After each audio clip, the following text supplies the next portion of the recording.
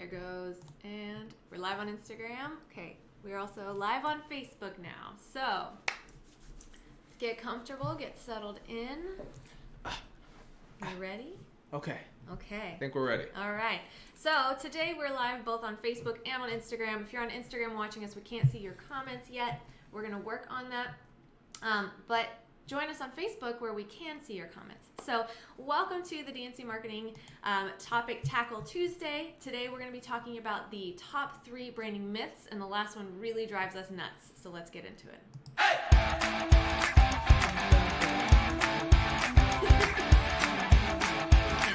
Yeah. Oh well.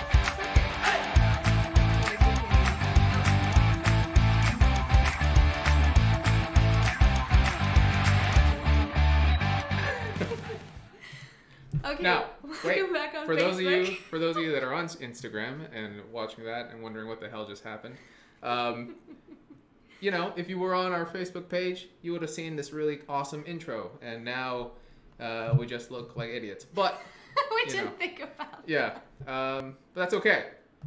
We're working on it. Mm-hmm. So today we're talking about the top 3 branding myths that we have heard.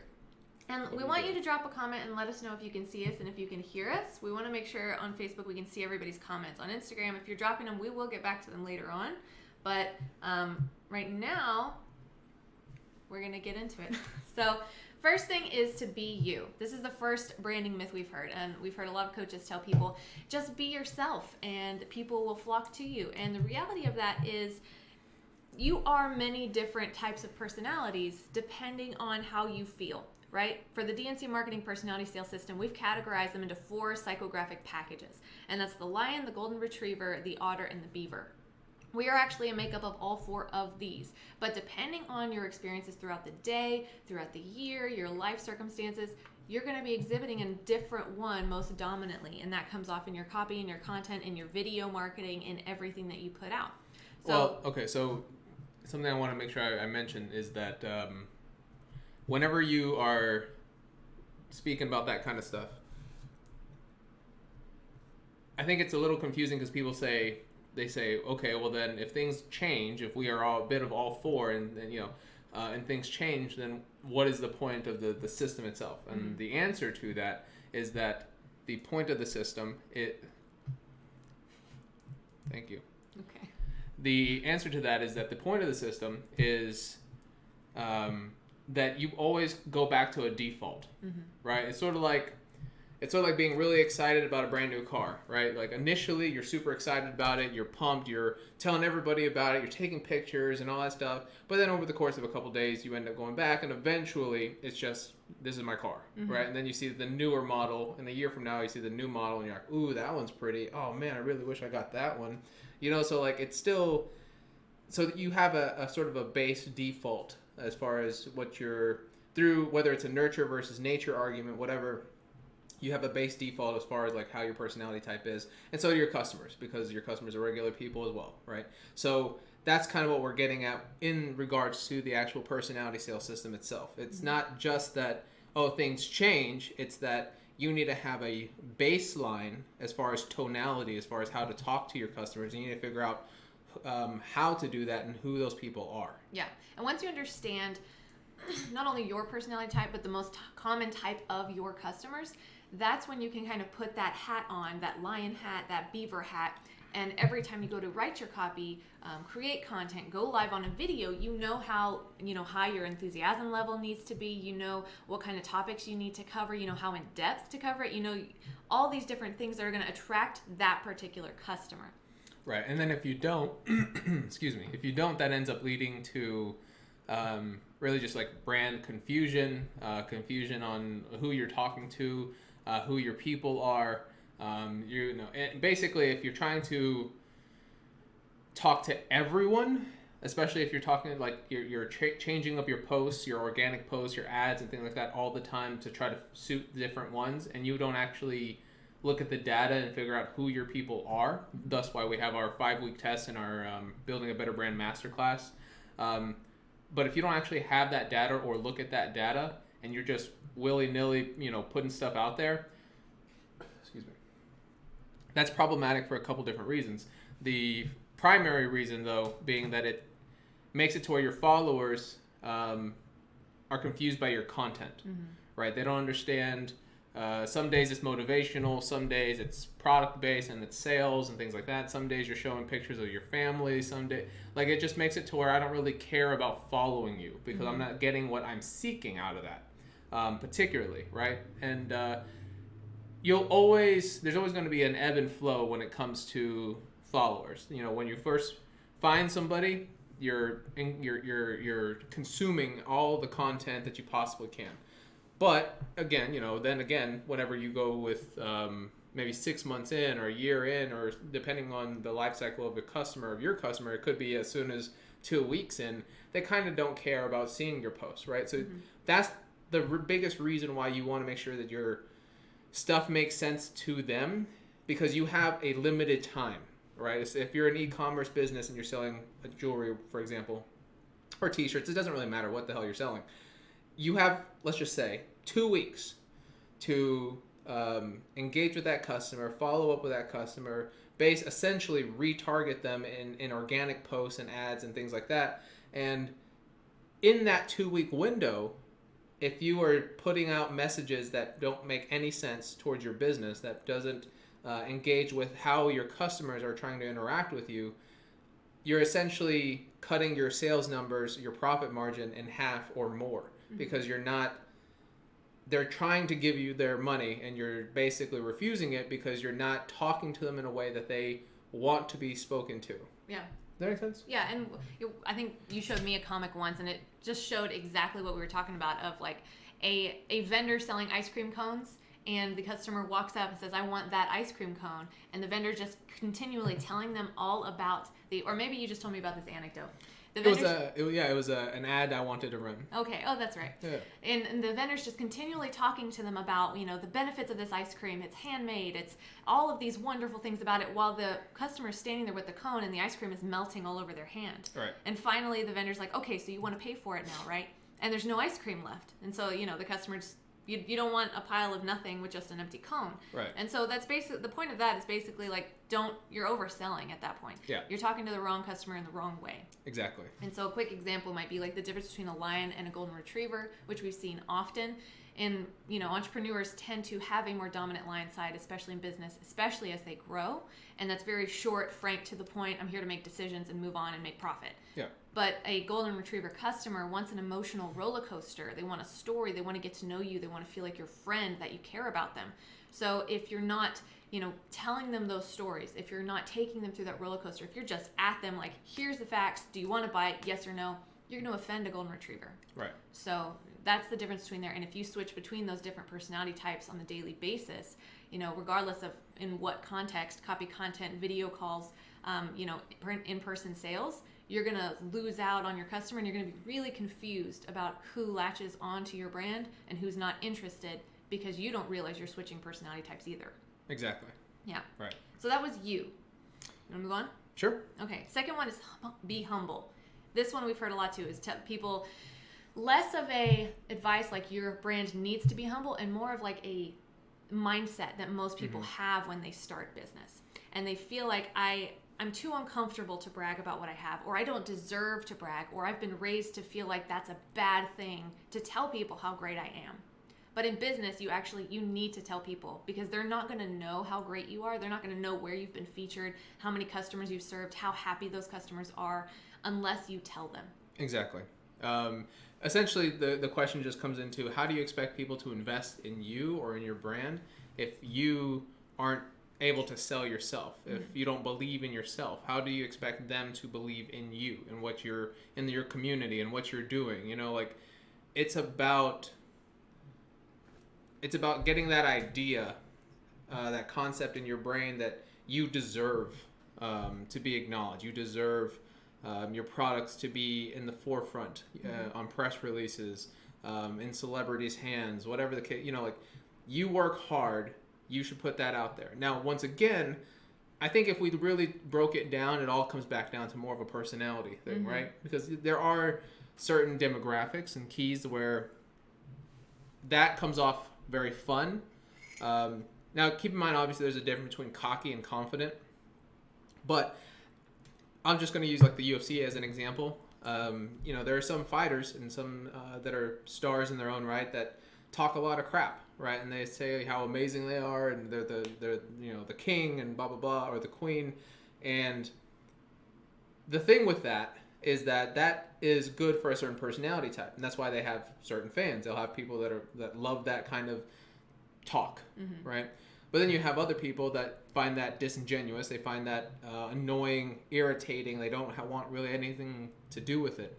And again, it's based on that personality type. And that's why, and I've seen this happen, and if any of you follow like the UFC or MMA, you've seen it happen too, where somebody starts off some way, a particular way, and then they move their personality type in order to try to make more sales or, and that actually benefits them. I mean, sometimes it can actually hurt them, right? That basically they go into a smaller market, even though they thought they were going to go into a bigger market. Right. Depends on what they say, different things. Exactly. Right. But generally speaking, they go from maybe nobody who they were, like they were just a fighter, no one knew who they were. And then because they took on this more cocky persona, they talked a little bit of shit, suddenly they are in the media, people are talking about them. They're really getting their name out there, and it's just because now that as far as fan base goes, that personality accepted them and said, "Ooh, look at this new guy, hype train." Right. They hype it up, boom.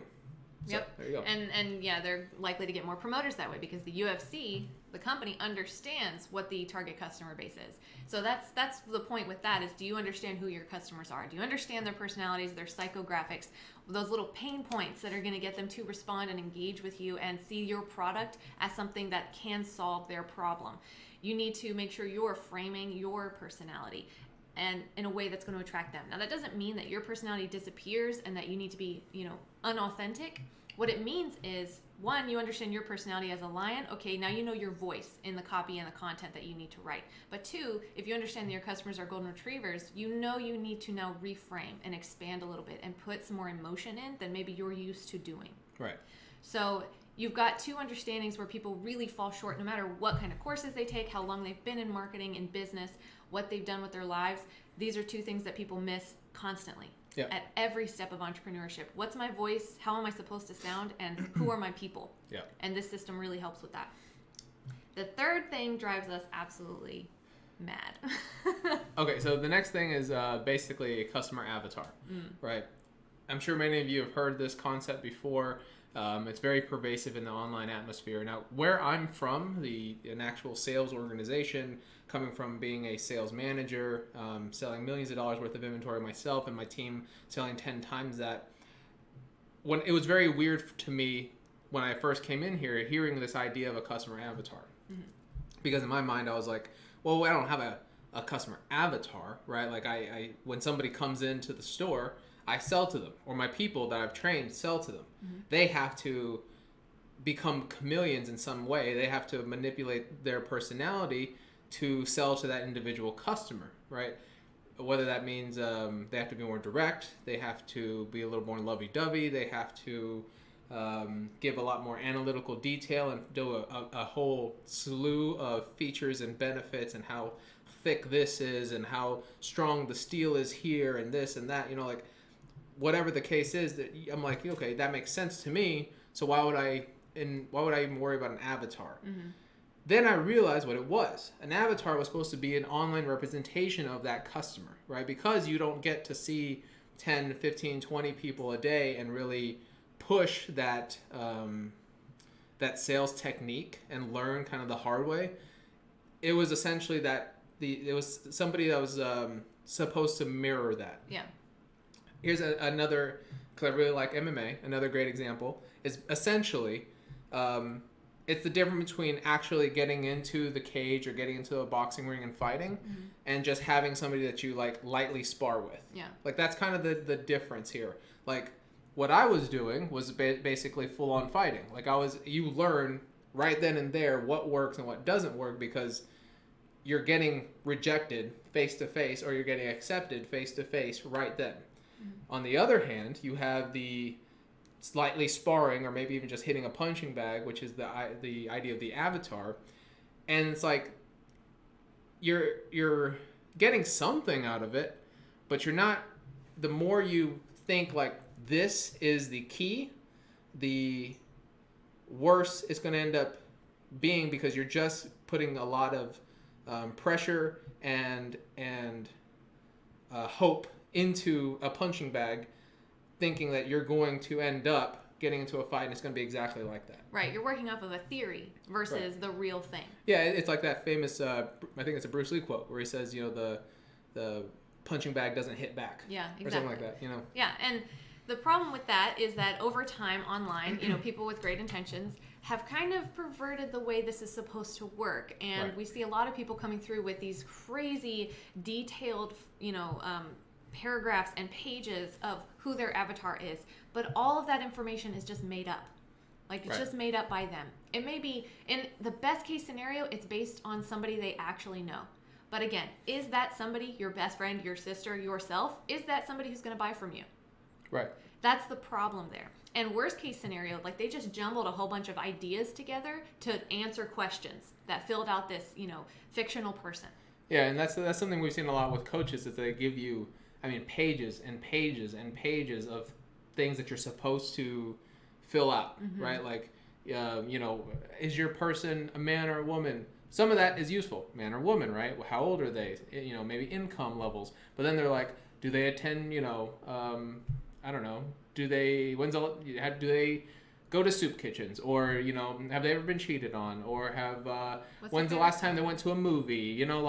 It's certain questions in that it just becomes useless information. And I don't mean that it's useless, but if you actually knew that information on an individual level, and you were sending them like sales emails or sales videos like specifically to them, then that's all great information, right? That's how basically Facebook and Google and all that establish their business. They take as much information on one particular person as possible and push it out there. However, because you're not doing that, but you're just making things up and you're sending out mass emails there, you need to take that down a step, right? You don't need 45 questions to figure out who you're talking to.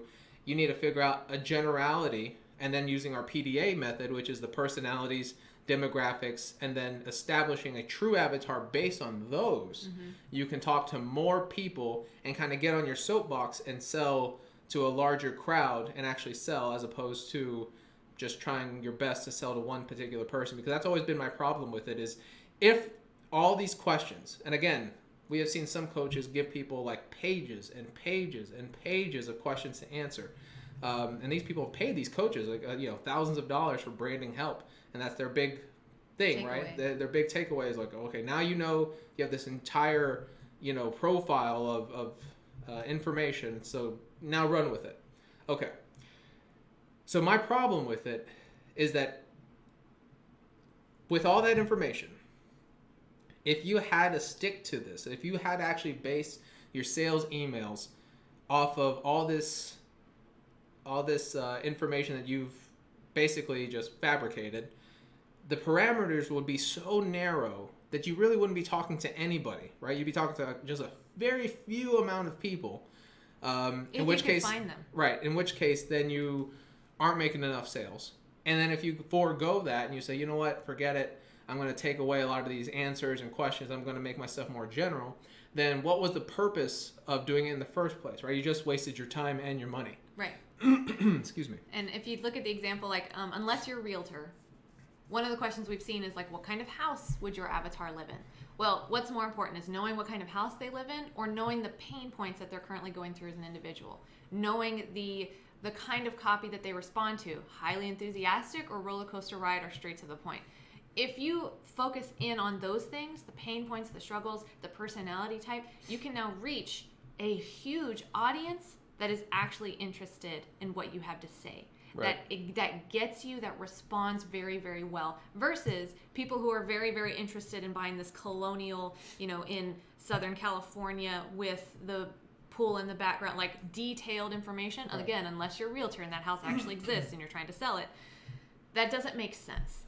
Because you're gonna lose so many people by trying to focus in on that. And again, like, even if you never post that information anywhere, even if that's information that's just for you, what are you gonna do with it? Right.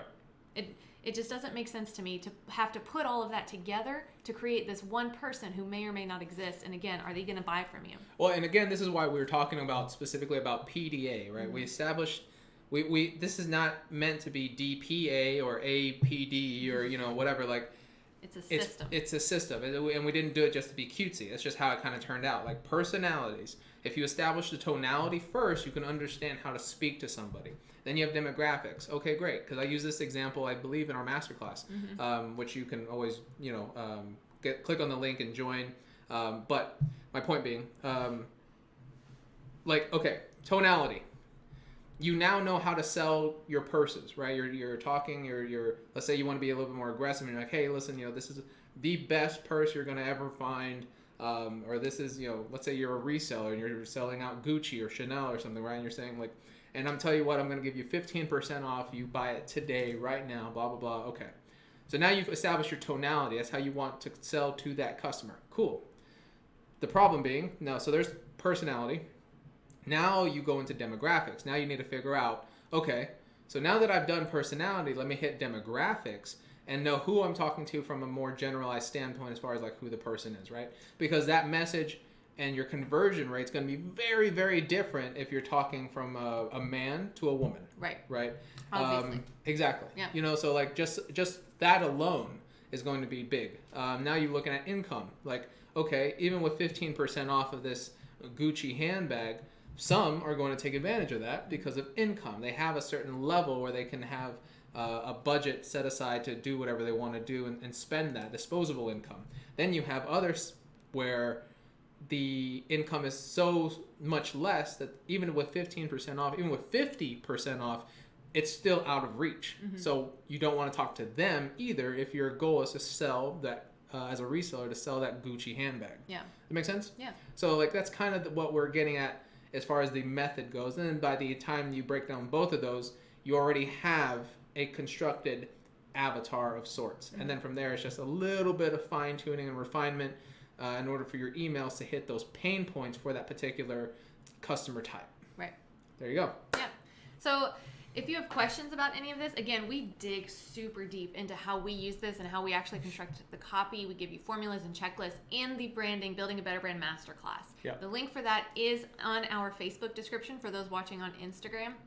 And we're going to post, the link it's in our bio on Instagram as well. Yeah. So if you're interested in joining that masterclass, learning more about who your customer's particular personality type is and how to use that in your copy all over your website and how to build out a whole brand around that, we highly recommend you check it out. It's 100% free. Right. But other than that, those are the top 3 branding myths that we have seen really impact people and how they sell and how they make money. And we would love to hear your thoughts on different branding tips that you have heard and how we can either use those as truth or debunk them as myths. Right. So yeah, if you have any questions, comments, concerns, feel free to either comment, DM us. We'd love to hear from you. Besides that, look out for tomorrow's ad reaction, and then on Friday we're going to be doing our Friday live Q&As where you can come by and ask us questions about anything you really want to. Mm-hmm. We'd love to hear from you. So if that's everything, you good? Yep. Okay. We will see you on Friday. Have a great day. Bye-bye.